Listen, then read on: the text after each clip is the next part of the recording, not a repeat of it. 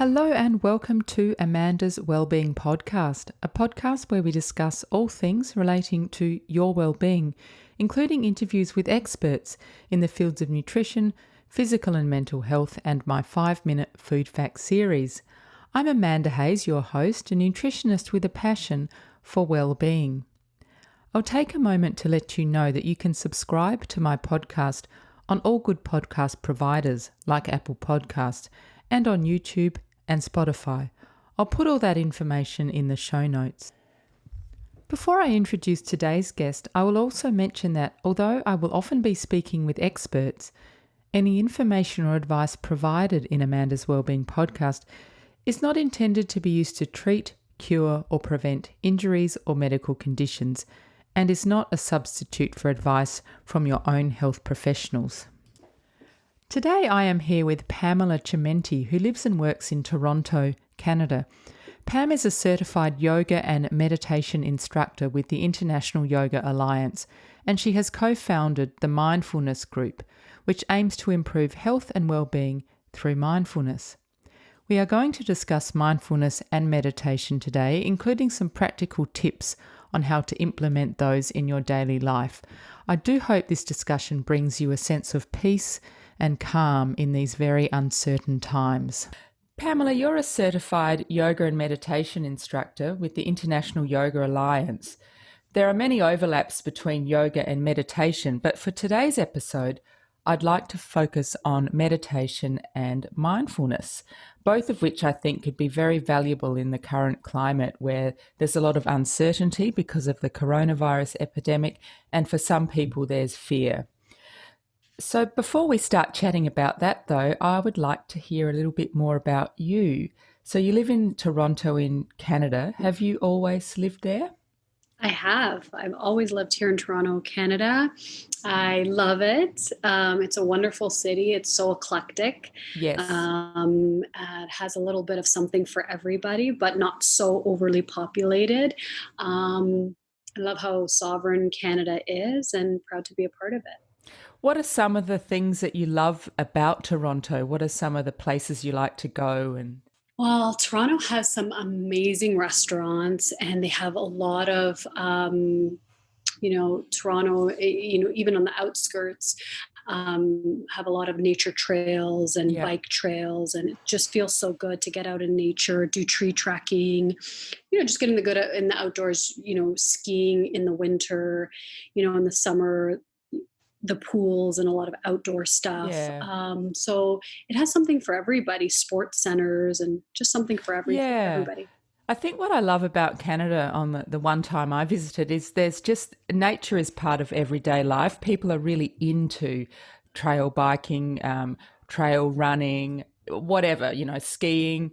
And also when I was in Toronto, we went to a Blue Jays baseball game, and that was the first or the only time I've ever been to a baseball game. So that was really fun. Yeah, they definitely have a whole, sports is big here too with their basketball and we won last year, which was so great. Go Raptors, which was so great. And baseball's really big. Hockey's also, huge, of course, huge. So yeah, really a lot of nightlife and entertainment, or it can be really quiet and serene. It just depends what you're looking for, but it has something for everybody for sure. Pamela, what does a typical day look like for you? So these days it looks a bit different than it used to. Maybe, I'm sure, for a lot of people. But for me, typically, it's waking up in the morning and starting my day with my practice, which would be 15 minutes of meditation, followed by some breath work. I'm doing Wim Hof right now. You can YouTube Wim Hof.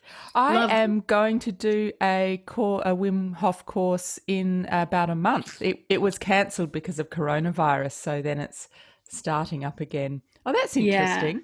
It's game-changing. Breath work, which is all part of, obviously, the whole scope of yoga, which is breath work, has like some of the most healing and energizing properties.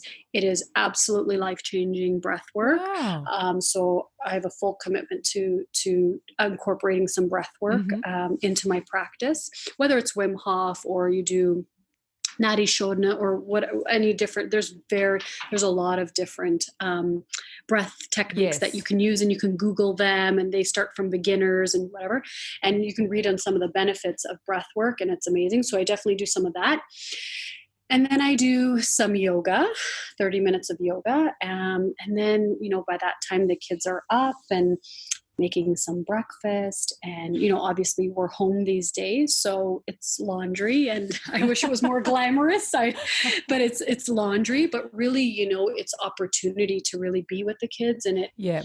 and everyone being in the same home right now. I really take it as an opportunity for presence, for awareness, to see what comes up when I don't have control, or I don't have a schedule, or there's not such thing as a weekend or a weekday anymore. It all looks the same. Yeah, it's very unusual times at the moment. And just for people listening, Pamela's children are at home. I believe the schools in Toronto are still not open. Is that correct?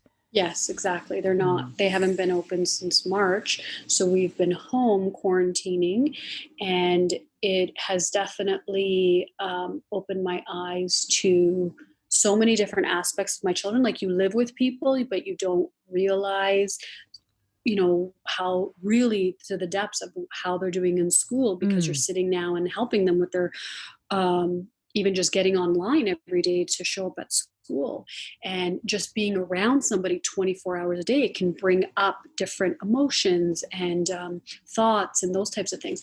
So I'm really taking it as an opportunity to learn, grow, evolve from it, because the underlying issue there is not having control, right?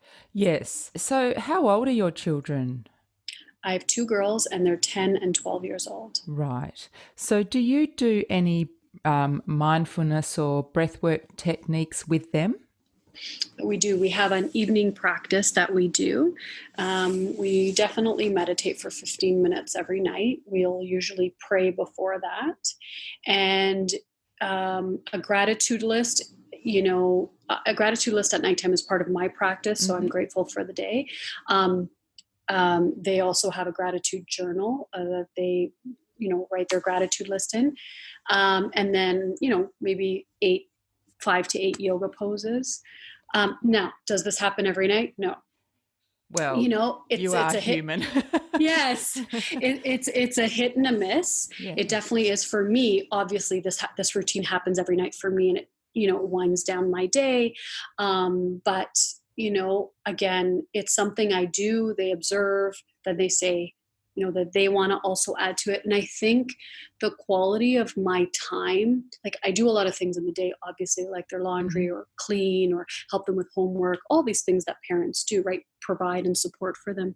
But I think for me, devoting my practice, having a practice, showing them that I'm doing a practice, giving them the tools of mindfulness for themselves, and them having a gratitude list or meditating, to me, is one of the most valuable things that I could possibly give them, which is back to themselves, which is Yeah. knowing who they are, knowing that they have all their answers within, that nobody out here could know more than about them than them. Go out Yeah. for help and support, but with them, that to me, as a human and as a parent, is the most fulfilling part for me, no matter how much homework I do. I think that's really interesting because a lot of children are not exposed to things like mindfulness in their daily life or even yoga. So your girls are very lucky, I think, to be not just exposed to it, but actually participating in that from a young age. It's usually something, well, talking in my case, that you come to or learn as an adult. So they're lucky, I think. And that's why I'm working on my second book, The Language of the Soul for Kids. So parents Ah, and children can start to incorporate a short practice, pick one of them from A to Z at nighttime that they can start incorporating. That way, when the parent's not there and they're having some trouble at school, or maybe some confidence issues or some body image or whatever, they can lean on the practices. They understand what an affirmation is, let's say, for them, or they can understand that they can go home and journal when there's no one to talk to because the parents aren't home yet, the power of that. So I'm putting that together because, yeah, I think I mean, I learned it late, and I would love for them, and I see the power of it, learning it earlier on in life. These are life skills. They don't teach you this in school. No, they don't. No, they don't. So I think you're right, though. What's so good about skills like that is they are internal to the person. They're something that the person can use them to make themselves feel better. Definitely helps with anxiety and all of those emotional unease and just the natural things, that emotions that kids can sometimes go through. Especially as they hit the teenage years, which your girls are about to hit, so they'll have some Yikes. skills. I'd like to hear about what sort of led to where you are today. So I believe that you studied psychology at the University of Toronto, and then you worked in the business world, and then you founded the Mindfulness Group. So can you just give us a bit of a brief outline of how you got from university to where you are now? So I was enrolled at the University of Toronto.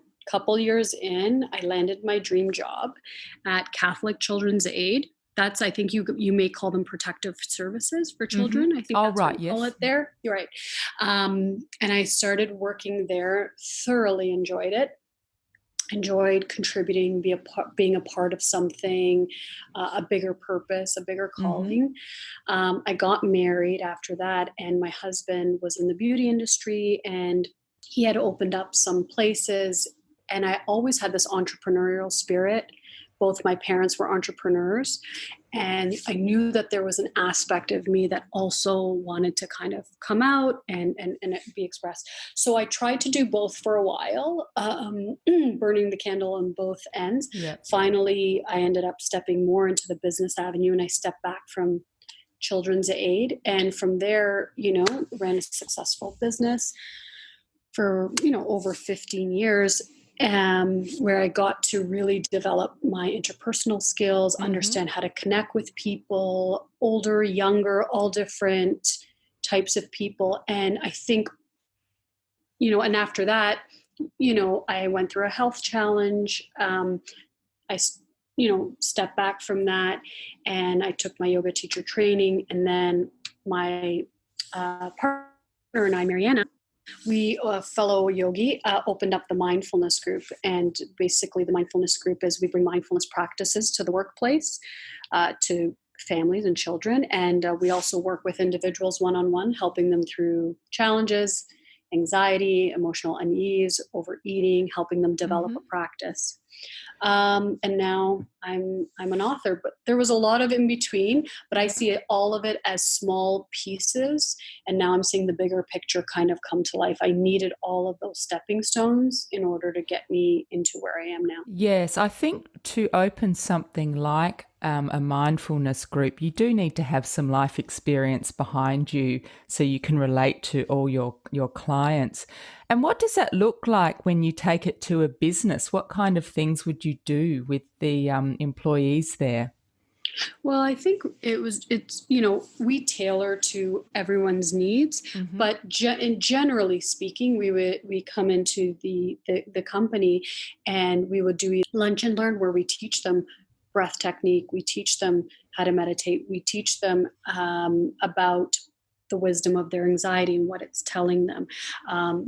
As we implement a practice every single week, they come back with feedback after their practice, and they start to notice shifts and changes in their working relationships at work or at home, or their stress levels, or their sense of connectedness. And so we're able to integrate this, and companies really are, this is something that a lot of companies are doing, because burnout is real. Yes. And they really want to take care of the well-being of their staff. And, the number one cost for companies is healthcare. And part of that is, and the number one medicine is anxiety medicine. And so this really helps,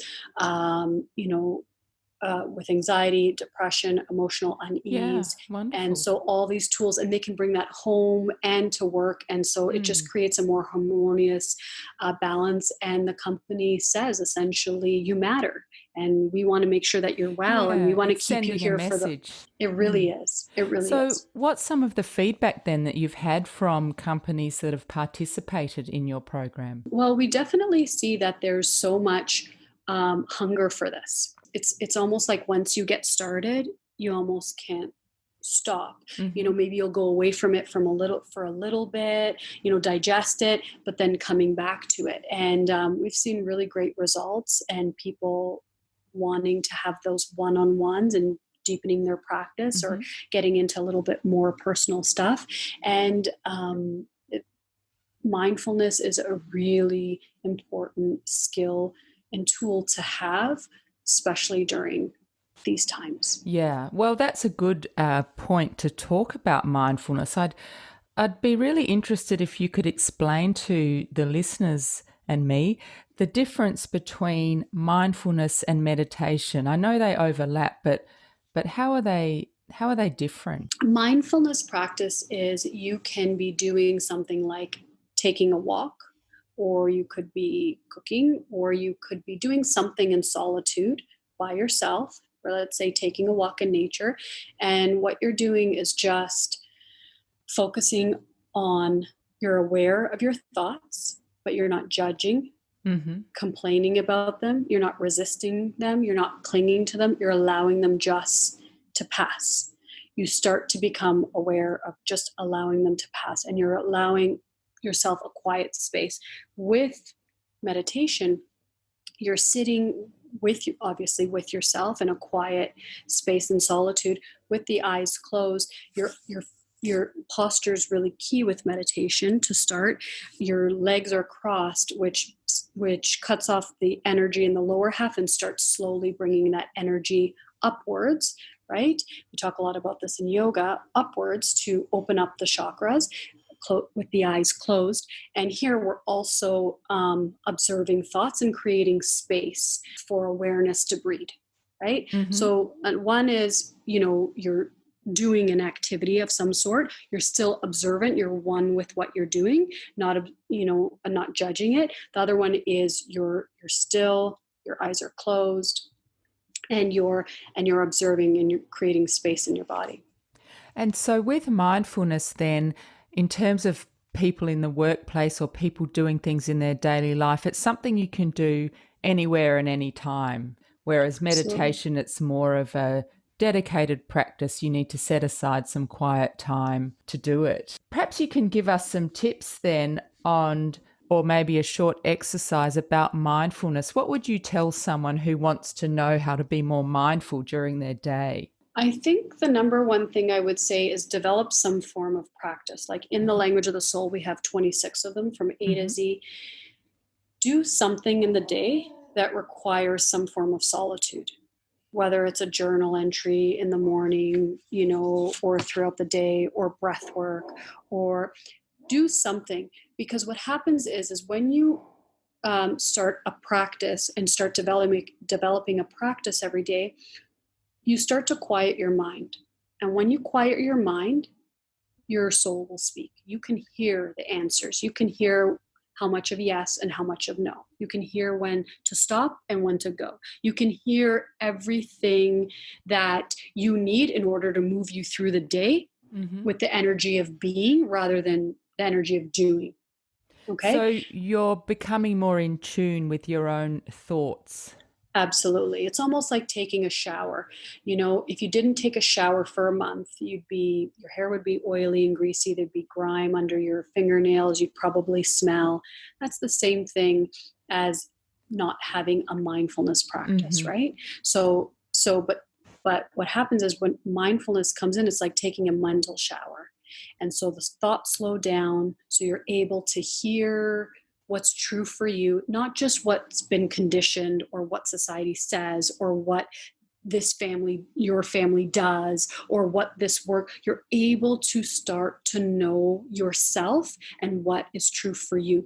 That way, there's this, when you start getting quiet, you're able to the being, like you're not just a human doer, you're a human being, that starts to come out, and you start to realize, like, why am I doing this? Why am I saying yes to this? Is it a high quality yes? Is it really yes, or is it no? And you really start to bring more meaning into your life.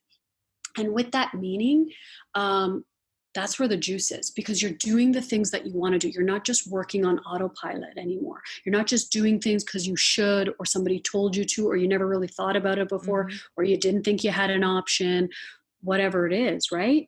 So slowing down the mind by having a practice really turns up the volume on your intuition, and it gives you a roadmap. We live in such a busy world that many of us spend a lot of time, I believe, in autopilot, running around, getting things done. What are some of the links between mindfulness and well-being? Some of the benefits? Yes. Some of the benefits are reduced anxiety, depression. Those are huge. Also, too, being in tune with your body, I think, is huge. You'll know, oh, am I just eating because it's dinner time, or because it's free, or because somebody paid for it, or because I'm supposed to, or am I eating because I'm hungry? Am I eating what my body is wanting to be nourished with, or am I just eating because it's in front of me? Health is huge, and it really helps with health. You understand your body in a different way, and you understand your thoughts in a different way in terms of anxiety or depression. Anxiety is typically in the future. You're in the future. What if this happens? And depression is in the past. Oh, that happened and I'm still not over it. So it allows you to stay in the present moment, where there's no stress, where there's just isness, where there's just acceptance, where there's being, without trying to have to control all of it. So it really works on every level: mind, body, and soul. One of the things I enjoy doing is reviewing and recommending well-being related books. An excellent book that ties in well with the topic of mindfulness is Johann Hari's Lost Connections, Uncovering the Real Causes of Depression and the Unexpected Solutions. In his book, Hari elegantly synthesises all the best research and detailed discussions with experts about depression and anxiety. He examines their various causes, all of which relate in some way to disconnection. For example, disconnection from other people, so loneliness, and disconnection from meaningful values, replaced with what he terms junk values. Hari then looks at some different and successful treatments for depression and anxiety and proposes some solutions. I highly recommend this book. I will put a link in the show notes to my review of Lost Connections, where you can also purchase the book if you wish. Do you have some advice for people starting out with meditation? What's a simple way to get started? I would say a simple way to get started is try an app or maybe a guided meditation on YouTube. Do what speaks to you. There's not one way to do it. It could be guided. It could be slow music in the background. It could be no music at all. I would say just get started. Do what speaks to you and allow your practice to develop and change. Maybe you do that for 2 months and you don't want to do any more guided and you just want something more quiet. Allow it, the ebbs and flows of the practice, to come. It's not about judging it. It's about just being able to bring yourself there. That's really what it's about. And there's no right or wrong way to meditate. It's a very personal experience, I believe. For people, and I include myself in this, who have been meditating for a while, one of the things I struggle with is how to maintain a consistent practice. I'll go through periods where I'll meditate every day and then it drops off. I feel like I need to start again, and sometimes I struggle a bit. So do you have any tips on how to maintain a consistent practice? Absolutely. And that happened to me for many, many years. I'd go on and then I'd fall off and go on again and fall off. So totally normal.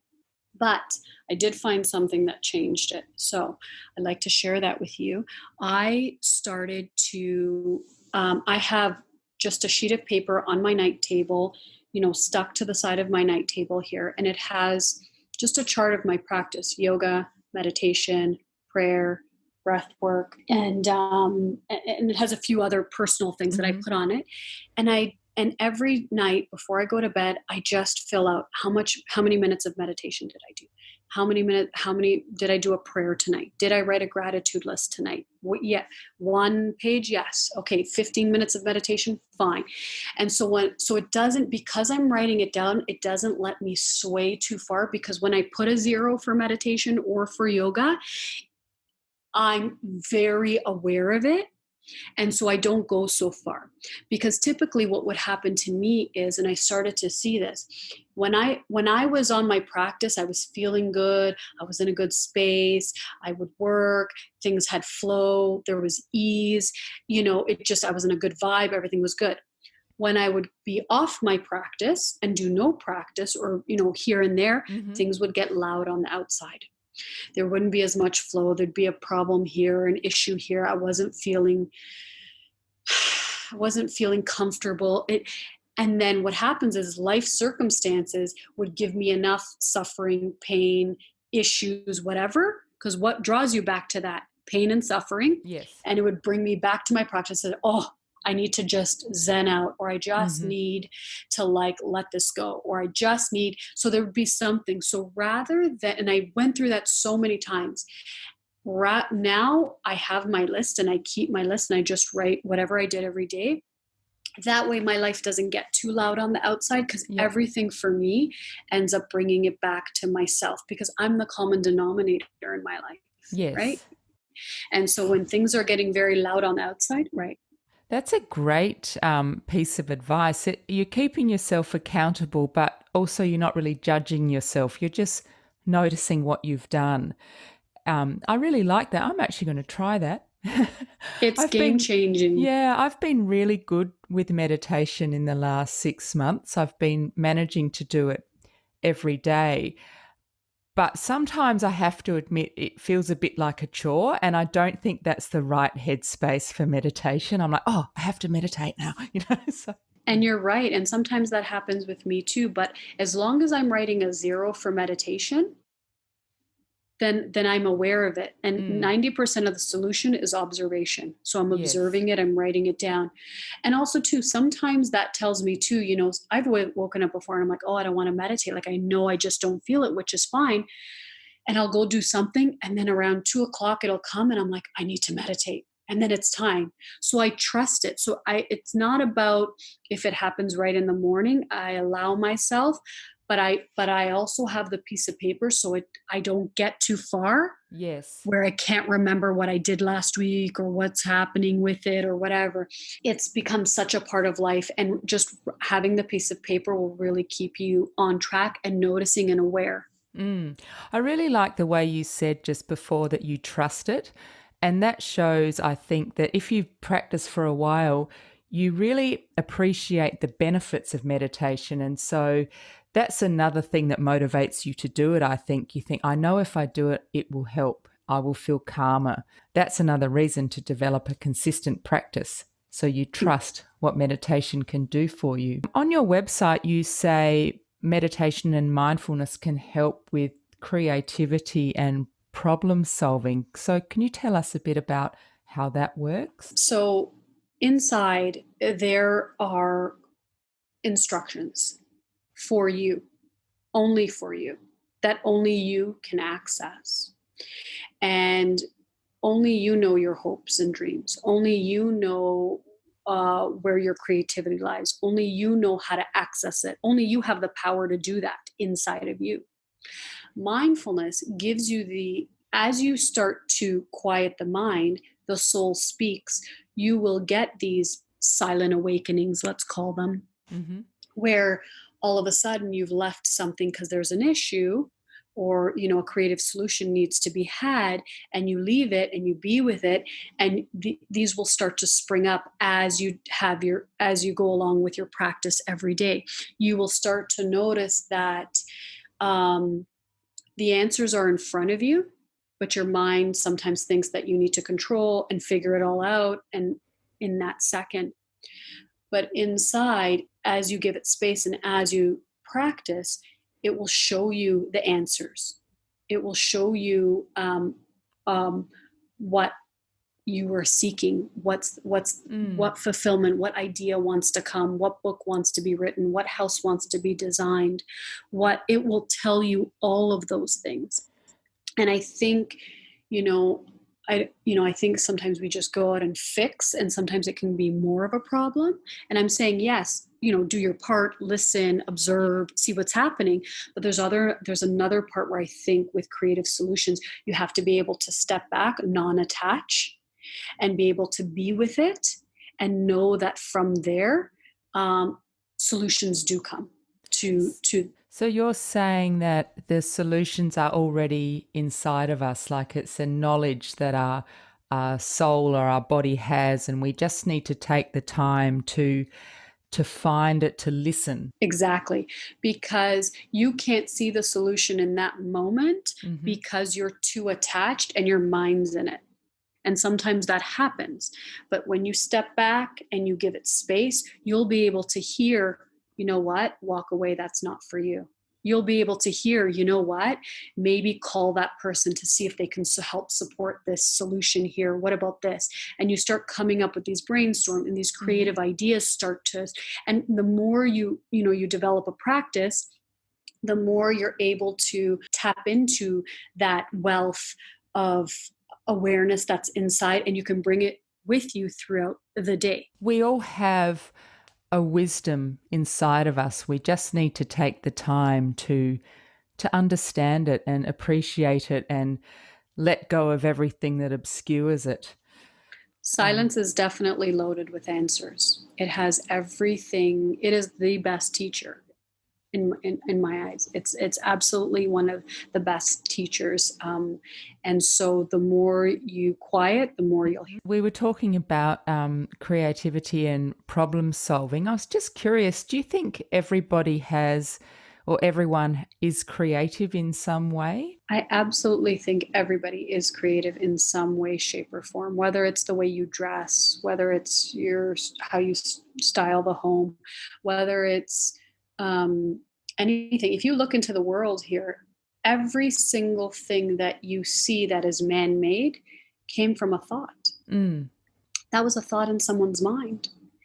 And then they started to speak about it, and then they started to act on it, and then it came to life. And if you look at all the different things that are in this world, everybody is born with creativity. I think creativity and soul are one and the same. So I do believe that everybody is creative. The thing that's so lovely about creativity, I think, is that it can manifest in so many different ways. As you say, it could be in the way someone puts their outfits together. It could be someone who's a musician. It could be an author. There are so many ways people can be creative. And that can even be in the business world. You can be creative with your creative solutions or your numbers or ideas. It doesn't literally have to be a painting. That's right. I mean, even it might sound a bit counterintuitive, but even people like accountants can be creative, as you say, in problem solving. Absolutely. There's creativity. I think, people initially just think, oh, creativity, it's an artist, or, you're either an artist or you're not, that type of thing. But there's creativity in all different ways, shapes, and forms. Yeah, and I think it's important to recognize that because, as we were saying, it is good for the soul to express your creativity, no matter which avenue you choose to do that. While we're talking about creativity, Pam, you have alluded to your book, The Language of the Soul, Mindfulness from A to Z, Your Roadmap Within. So can you tell us, first of all, why you decided to write the book, and then what is it about? Let me step back a little bit. I was in, my business, and I was enjoying it, the balance between work and home. And then I had a health challenge come my way.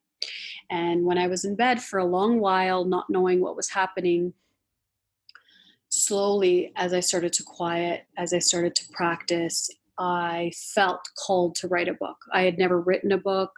I didn't ever consider myself a writer. I didn't consider myself an author. I was very type A, personality. I kind of had the spreadsheet of what I was going to do for the next 10 years. I kind of had it laid out.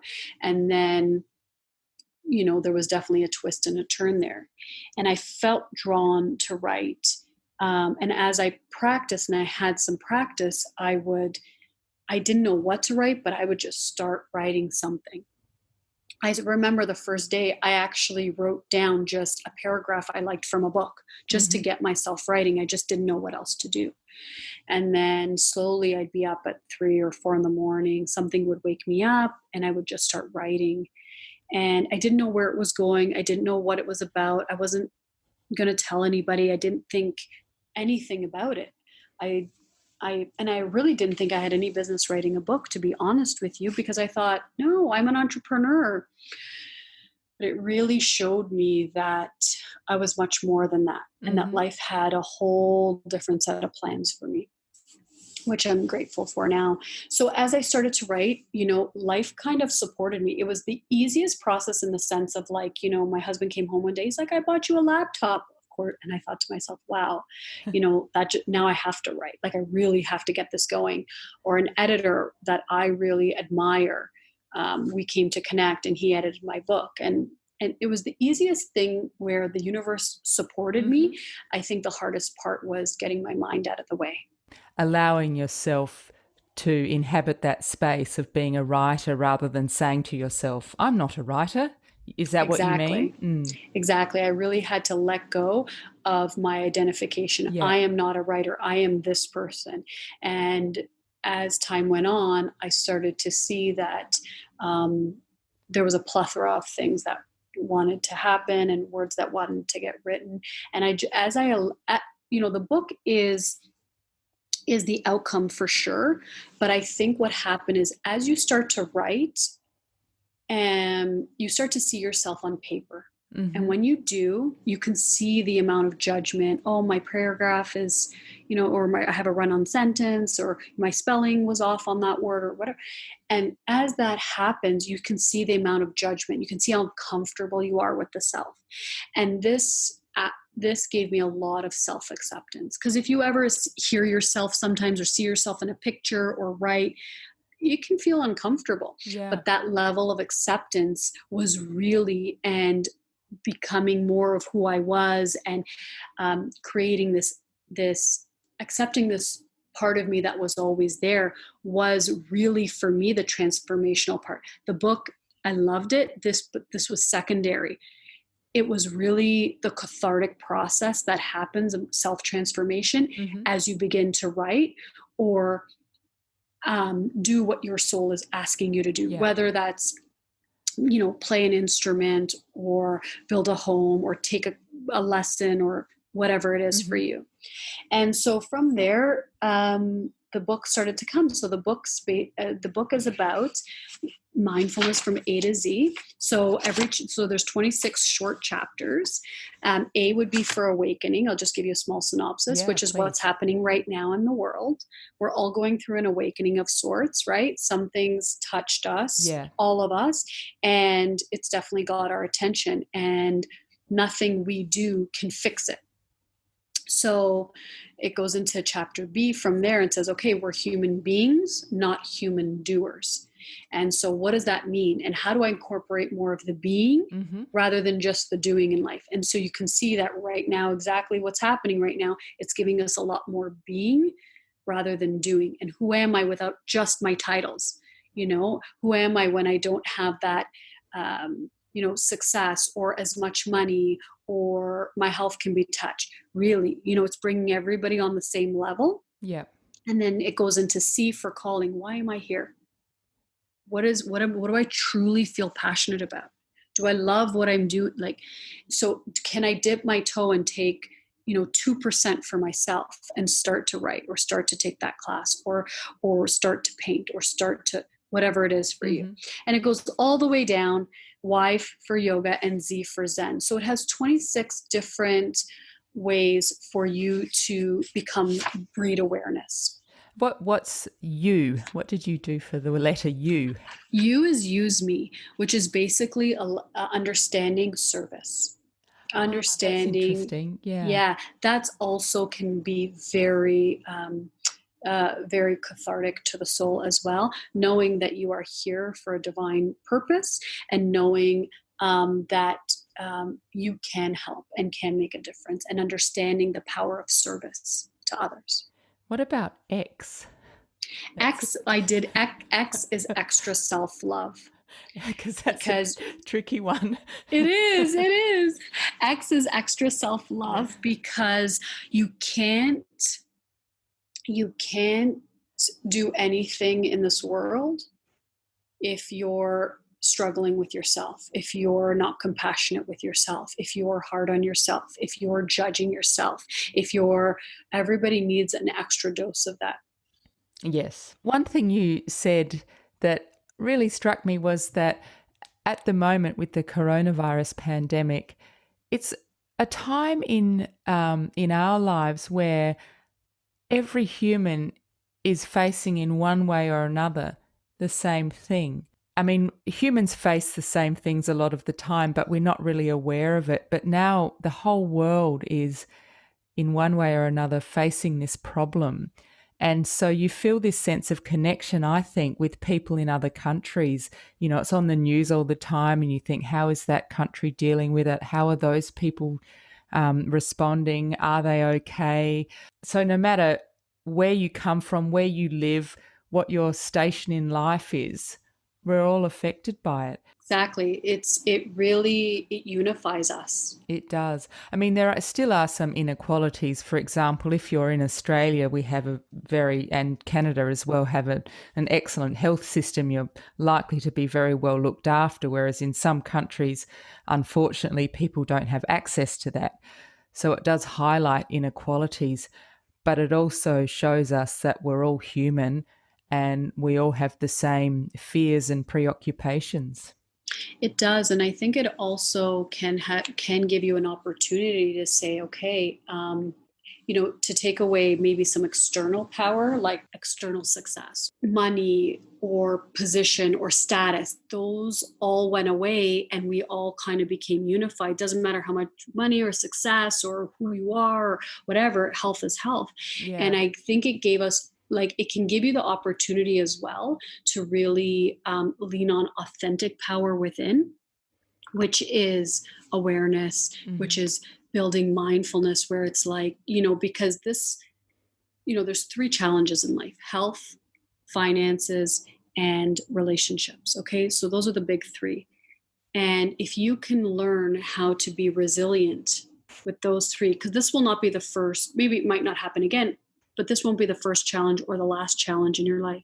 But through mindfulness, it gives you the authentic power to be able to flow through life when Yes. money sometimes can't get you out of the situation, or success can get you out of the situation, or the amount of friends or the stature or whatever it is for you that you lean on externally can get you out of the situation.